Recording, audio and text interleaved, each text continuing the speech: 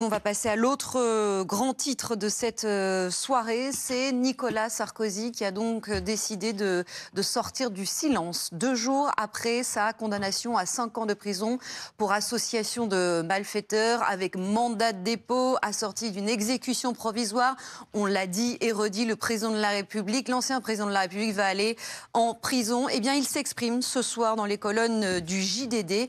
Et voici, on va revenir évidemment longuement sur cette longue interview, dense interview que l'on va décrypter, analyser avec Laurent Valdiguier notamment. Bonsoir, qui a suivi. On la découvre, hein, juste. On la découvre, mais vous avez suivi cette affaire mieux que personne. Et on salue également Anthony Lebos du service politique qui est avec nous. Première déclaration de l'ancien président de la République. Regardez ce qu'il dit ce soir, notamment sur son état d'esprit. Je suis innocent et je ne cesserai le combat que lorsque j'aurai obtenu la vérité, c'est-à-dire la reconnaissance de mon honnêteté. Et puis il ajoute, Anne-Charlène Bézina, parce qu'aussi paradoxal que cela puisse paraître, se délibérer derrière une condamnation aussi injuste qu'infamante prouve surtout que toute l'accusation s'est effondrée. Première réaction, Anne-Charlène. Alors, déjà, ce qui est sûr, c'est que c'est difficile de commenter une décision de justice après des années de procédures, des pièces qui ont été versées au dossier, dont évidemment nous n'avons pas communication. La vérité, c'est que, au fond, ça fait partie de sa défense de considérer qu'à partir du moment où les 3 premiers délits sur le financement illégal, etc., ne sont pas remplis, cela prouve qu'il n'a rien à se reprocher. Sauf que c'est vrai qu'on ne peut pas occulter qu'en matière pénale, à partir du moment où on a des délits de financement avec une ampleur de la sorte, l'idée de ne pas retrouver les traces de l'argent n'est pas nécessairement une preuve de l'absence du délit caractérisé. C'est-à-dire que si les juges ont suffisamment d'éléments concordants, des pièces qui prouvent que l'entente était véritable, eh bien, c'est pas nécessairement quelque chose qui plaide en faveur de son innocence. On dit toujours que le doute profite à l'accusé, mais là, on a peut-être suffisamment d'éléments tangibles, en tout cas, c'est ce que le tribunal laisse entendre dans sa motivation, d'éléments par mail, par preuve, par rencontre, qui suffisent à caractériser le délit, même si l'argent lui-même n'a pas été versé officiellement sur le compte. Mais c'est rare dans ce genre d'affaires qu'on ait quand même des mails adressés de Mouammar Kadhafi directement à Nicolas Sarkozy. L'injustice, l'incohérence, la partialité à ce point sont tellement caricaturales que dans la presse du monde entier, on va voir la suite de cette déclaration, dans la presse du monde entier, vous avez des articles qui expliquent que la France est devenue un pays dans lequel le citoyen peut avoir peur de la justice de son pays. Laurent Valdiguier, ces déclarations sont dans la lignée de sa prise de parole à la sortie de l'audience. On le rappelle, Oui. il s'était exprimé longuement. Son message principal, hein, de ce Le que bras je de fer avec la découvre, justice se poursuit. oui, c'est je suis serein. Nicolas Sarkozy, il dit tout le temps, à la fin de chacune de ses condamnations, il a toujours dit « je ne baisserai jamais la tête, je me battrai jusqu'au bout ». Donc bon, là, il est dans ce registre-là. Hein. D'ailleurs, pour commencer par la toute fin, la dernière question, c'est est-ce que vous envisageriez une grâce du président Macron? Surtout pas. Pour envisager une grâce, pour solliciter une grâce, encore faudrait-il que je reconnaisse une culpabilité. Je ne reconnaîtrai jamais. Alors, dans ce qu'on découvre dans le texte, les mots qui fâchent, Claude Guéant, Brice Hortefeux, Abdallah Senoussi, ne me semblent pas cités. Donc, dans cette interview, il ne refait pas le procès. Il essaye d'en tirer les conclusions et puis de prendre les Français à témoin. La petite annonce de l'interview, c'est qu'il a demandé à ses avocats de saisir la CADA, la commission des documents administratifs. Vous savez, c'est une des commissions que tout citoyen peut actionner à tout moment pour demander un document administratif. Donc là, dans cette interview, il annonce qu'il va demander de saisir la CADA pour obtenir le montant du coût de l'enquête. Vous voyez, pour prendre les Français à témoin, que des moyens disproportionnés, alors ça aussi, il l'a dit 10 fois, 100 fois pendant l'audience, des moyens disproportionnés ont été mis en œuvre pour m'abattre.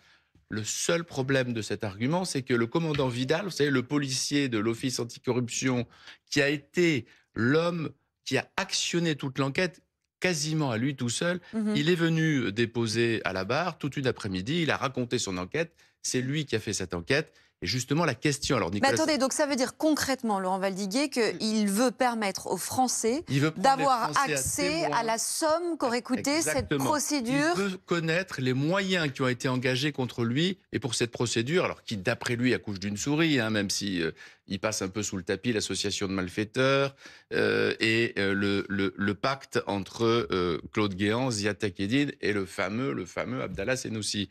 Mais il veut prendre les Français à témoin que des moyens disproportionnés ont été engagés. Cette question, elle a été posée au commandant Vidal. Le commandant Vidal, le jour de l'audience, alors la défense de Nicolas Sarkozy, ni Nicolas Sarkozy n'était là ce jour-là. Mais le commandant Vidal, le jour de l'audience, on lui a demandé, il a dit non, j'étais un peu tout seul justement. Et quand j'ai demandé des moyens, notamment des moyens téléphoniques, on me les a refusés. Donc c'est vrai que c'est un peu incohérent aujourd'hui, à la fin de l'audience, de venir se plaindre des moyens et de ne pas être venu interroger justement le commandant Vidal, qui était l'homme qui savait tout ça et qui aurait pu apporter des réponses. En tout cas, c'est une nouvelle manière, effectivement, de prendre les Français à témoin. Il y a un mot, quand même, qui ne me semble pas avoir dit lorsqu'il s'est exprimé à la sortie de l'audience, c'est le mot complot.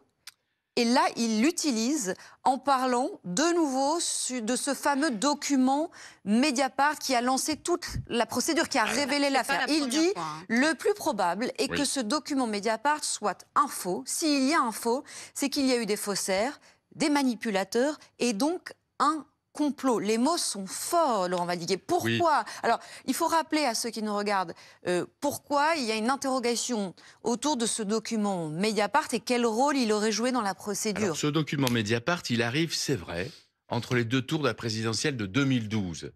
Et puis, il fait éclater médiatiquement l'affaire qui existe déjà, parce qu'en réalité, cette affaire, elle couve déjà judiciairement parlant, depuis que Ziad Takieddine est venu s'épancher auprès du juge Van Ruynbeck. L'affaire judiciaire, elle existe déjà.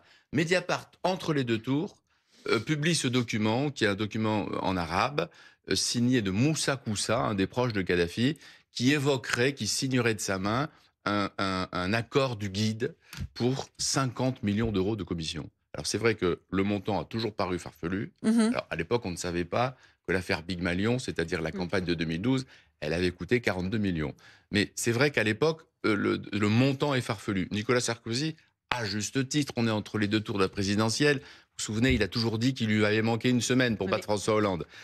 Entre les deux tours de la présidentielle, il attaque ce document. Il a toujours dit que c'était un faux. Il a toujours estimé que c'était un faux, que ça ne pouvait pas être vrai. La justice ne lui a pas donné raison, puisque jusqu'à la Cour de cassation, sa plainte a finalement été classée. C'est vrai que du coup, ces protestations lui ont été utiles, puisque ni les juges d'instruction, ni le tribunal, elle l'a dit l'autre jour, la présidente, n'ont utilisé ce document Moussa Koussa pour le condamner. C'est ça qu'il faut rappeler, c'est que ça n'est pas du tout un document qui est à l'origine de la procédure. Vous l'avez rappelé, c'est pas celui qui a amené à la saisine du procureur. Mais il a révélé l'affaire. Il a révélé l'affaire au grand public, mais il n'a absolument aucun poids dans le délibéré utilisé. C'est ça qu'il faut avoir en tête. Aucun poids. Mais on a donc quand même, Thierry Arnaud, je précise qu'en plus d'être spécialiste des questions internationales, vous avez été chef du service politique de BFM TV. Vous avez suivi le premier mandat de Nicolas Sarkozy et la campagne de 2012. Vous le connaissez bien. On a donc quand même un ancien président de la République qui se dit ce soir victime d'un complot. Oui, et quand on connaît Nicolas Sarkozy, on n'est pas surpris parce qu'il dit dans le journal du dimanche ce soir, bien sûr.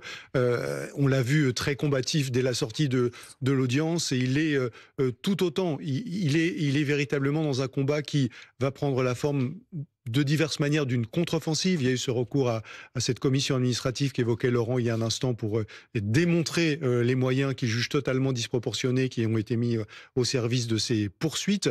Il y a la volonté de clamer son innocence.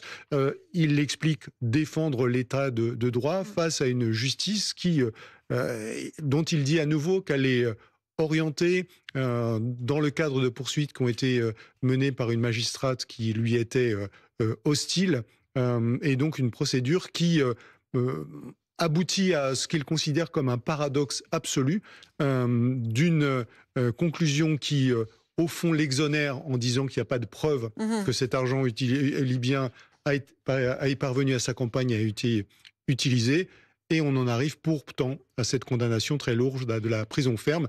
Donc on le voit, encore une fois, je pense que combatif, c'est le mot qui résume l'atmosphère de cette interview et sans doute l'état d'esprit de Nicolas Sarkozy.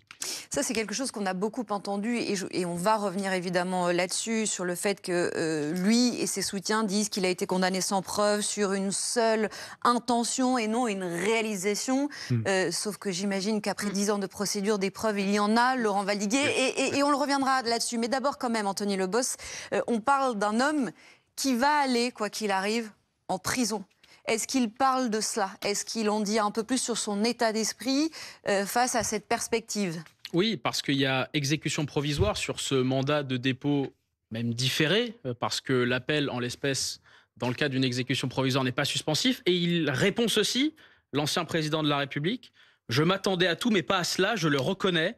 C'est aller encore plus loin que ce que je pouvais imaginer. Toutes les limites de l'état de droit ont été violées. Je n'ai insulté personne, je n'ai provoqué personne. De troubles à l'ordre public, il n'y a jamais eu. Le risque de réitération du délit, se demande-t-il, à ma connaissance, je n'ai pas fait acte de candidature à la prochaine élection présidentielle. Quant au risque de fuite, suis-je un homme qui fuit?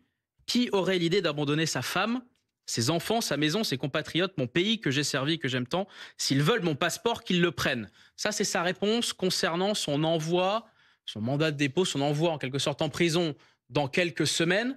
Et c'est d'ailleurs devenu un débat politique, puisque même le président du Sénat, deuxième personnage de l'État, Gérard Larcher, a exprimé des réserves sur cette exécution provisoire. Marine Le Pen, bien sûr, s'est empressée de réagir à l'annonce de cette condamnation. On se souvient même qu'à l'époque de sa condamnation à Marine Le Pen, son allié Éric Ciotti avait même déposé une proposition de loi pour abroger l'exécution provisoire dans le cadre de condamnation en justice. Sauf que l'exécution provisoire, elle n'est pas due en l'occurrence au risque de fuite, Anne-Charlène Bézina. Il faut le rappeler. Alors, ce qui est important de rappeler, c'est qu'en effet, on a tendance à assimiler l'exécution provisoire au risque, finalement, de complicité, de disparition des preuves, qui est le plus majoritaire des cas, bien évidemment. C'est-à-dire qu'on utilise l'exécution provisoire dans 9 cas sur 10, plutôt pour des risques de complicité, pour des malfaiteurs, pour d'autres types de délits. Néanmoins, ici, c'est pas du tout la motivation qui a été donnée. La motivation, elle a été donnée par rapport à l'extrême gravité des faits, en justifiant ça par rapport à un deuxième motif qui est celui de l'exécution provisoire, qui est celui de l'efficacité de la sanction, et qui consiste à se dire que, connaissant le délai d'appel en droit français, qui est à peu près 2 à 3 ans, ça signifiait que de toute façon, on exonérait finalement de sa peine Nicolas Sarkozy. Mais il dit à ce sujet, puisqu'on est sur l'exécution provisoire, rien ne justifiait de la prononcer à mon encontre. Il y a juste la volonté d'humiliation. Encore une fois, on est toujours dans le même registre. Je rappelle qu'il y a une tendance à refaire le procès après le procès, sans avoir forcément utilisé les éléments du procès. Parce que si on a des doutes sur l'impartialité d'un juge, il existe une procédure ouverte à tous les justiciables, qui s'appelle celle de la récusation. C'est-à-dire que vous pouvez prouver que personnellement, un juge a intérêt à être partial dans votre affaire et demander à le récuser. Cette procédure de récusation n'a pas été utilisée. Donc, encore une fois, il faut une motivation, il faut un dossier. Peut-être n'avait-il pas assez, mais il y a une question qui se pose. C'est pourquoi est-ce qu'on récuse aujourd'hui les juges alors qu'on pouvait le faire avant? Et c'est pareil avec tous les éléments de preuve. Pourquoi est-ce qu'on utilise le procès après le procès? Est-ce qu'il ne fallait pas l'utiliser à un moment utile? Il n'est pas une exception, il faut quand même rappeler ce Bien sûr. chiffre. 89% des peines de plus de 24 mois sont exécutées immédiatement. Donc ça n'est pas